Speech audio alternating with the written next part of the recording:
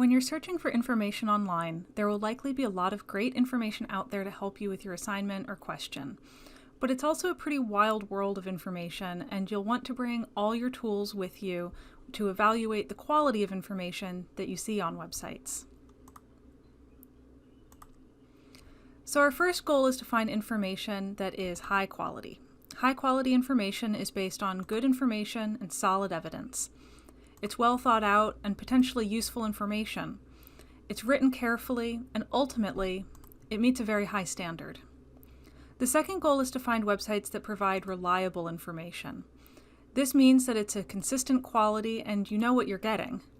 It'll meet a consistent standard.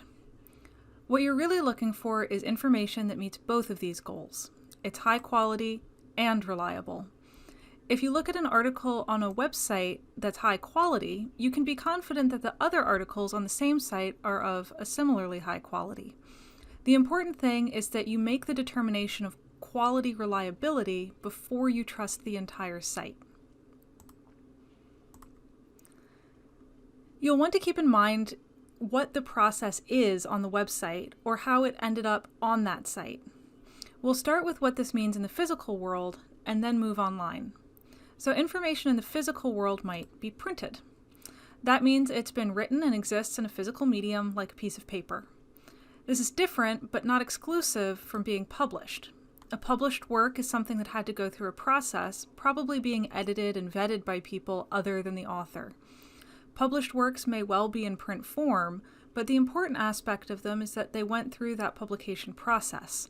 A printed text may or may not be published, so we would want to determine what process it went through to end up on the page. So taking this into the digital world, we can think of this as websites that post material versus ones that publish the material. Anything that ends up on a website has been posted in some way, but we want to know that it went through a process. Someone other than the author read it, edited it, and vetted the quality of the information.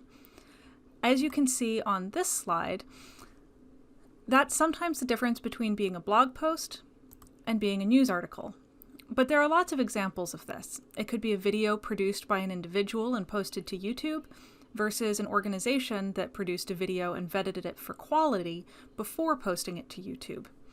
Information that's printed or posted isn't necessarily bad information, but it does require that you take on more of the burden of determining whether this information is high quality, and it's less likely to be reliable without those processes in place. We're going to use 6 steps to determine if online information is high quality and reliable.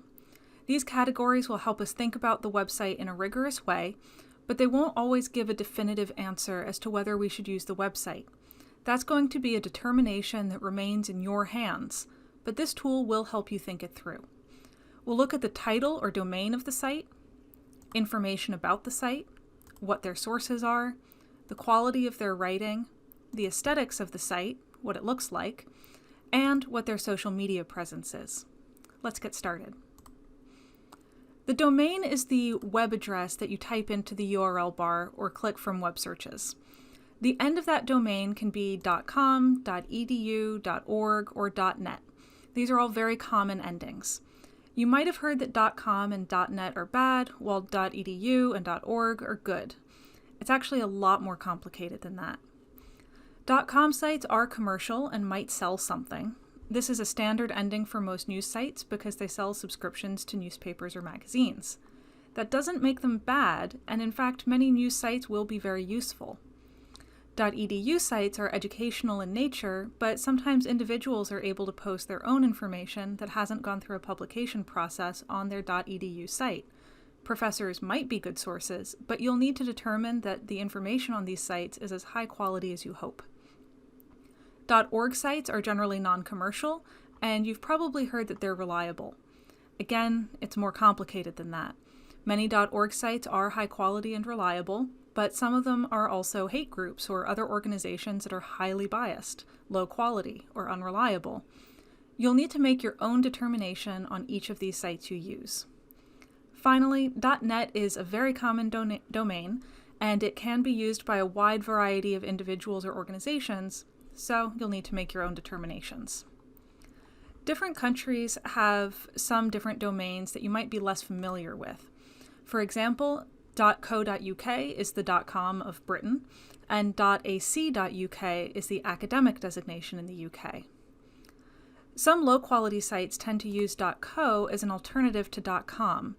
This Colombian domain makes sense if it's a Colombian site, but not if it's an American site. Some fake news sites will add .co to the end of a good-looking domain, so it ends in .com.co, as a way to trick people into trusting them. There will be many other odd domains, such as .tk from New Zealand, that are easy for people to buy, and you'll want to verify what that domain might mean.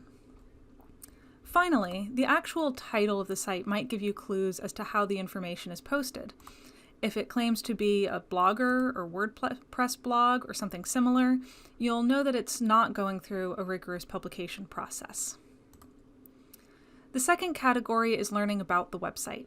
Most sites that are well run have an About Us or Contact Us page. Even Google does. Read through this page and see what they say about themselves and their editorial process or how they publish on their site. Read about the authors. Sometimes they'll have a page about all their authors, or you'll look at the individuals who wrote individual articles or pages on the site. You should also read about the site from other sources by Googling, reading the Wikipedia page, and getting a sense of their overall reputation. This is called lateral reading or horizontal reading, since you're going out from the original website. The third criteria to look at is where they get their information from. Follow links that are embedded in articles and verify that they are high-quality sources and that the information on that page is consistent with the article's interpretation of it. There might be references at the end of the article, just like you do with research papers. You can also verify that the information they're claiming or using is consistent across a few other sources and doesn't only appear on this single site.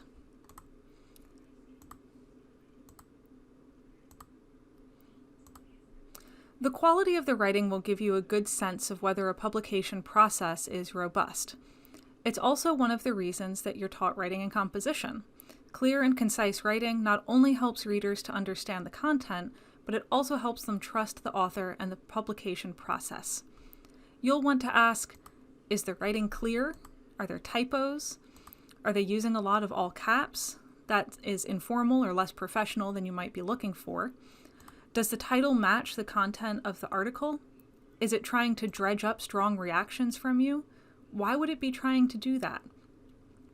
Is the writing consistent across different articles or pages on the site? This is helping us to determine reliability. You'll look at the aesthetics of the site, or what it looks like. Is it well designed? Is it easy to navigate the site in a logical way? Is it cluttered with text and images?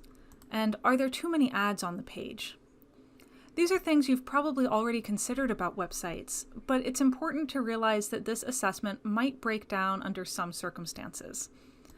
For one thing, ads are important for revenue. If this is a business like a news organization or magazine, there will almost certainly be ads because they need to pay their writers. These are professional sites, so they need income, whether that comes from subscribers or advertisers. A site might be older. While you'll often want very current information, you might be studying something that isn't a very current topic, and an older site is just fine. Our expectations for what sites look like and our technology for making them look that way change very quickly. A site from 2000 or 2005 might be just fine for your purposes, but it won't look as new and shiny as something more recent. Finally, the site might be produced by a group that includes a lot of expertise about the topic they're writing about, but they might not be focused on web design or have the money to make a more professional-looking site. Consider what the organization is and determine what website standards you'd expect from that group. The site should be consistent with that expectation, even if it falls flat according to your preferences. We're now on to our final method. Websites that are popular, have a following, and are relatively current are likely to have a presence on social media. Take a look at what that presence is like. Are their posts professional? Are they entering big arguments with commentators? Are they using professional language in their posts and comments? Are they posting clickbait? Clickbait might be from sites other than theirs or on their own website, but the clickbait headlines often make you feel outraged or encouraged to click on articles that aren't high quality or even about what the headline indicates. So here we are with all this information we've gathered about the website, and it's time to make your determination about how high quality and reliable this information is. Think of it like a set of scales. Consider which aspects help you to trust the website. Then consider the aspects that cast doubt on the quality of the information. Keep in mind your own preferences and biases as you do this. A website might be excellent and its information highly reliable, even though you disagree with their point of view. Similarly, you might want to trust a site that you like, even though the signs are pointing to problems in their quality or reliability. By tallying up the pros and cons, you'll have the information at your disposal to make your determination. This will always require your judgment and critical thinking skills, and likely won't give you definitive answers. You might be thinking, this is tricky. How can you ever be sure? You really can't, but you'll be able to come to the best conclusion you can given the information you have. When you're not sure, talk to your professor or librarian. After you've gone through this process, you'll be able to have a helpful conversation and speak knowledgeably about the website. As you practice this process, you'll get better and hone your critical skills. Thank you. Feel free to contact us for any other questions that you have.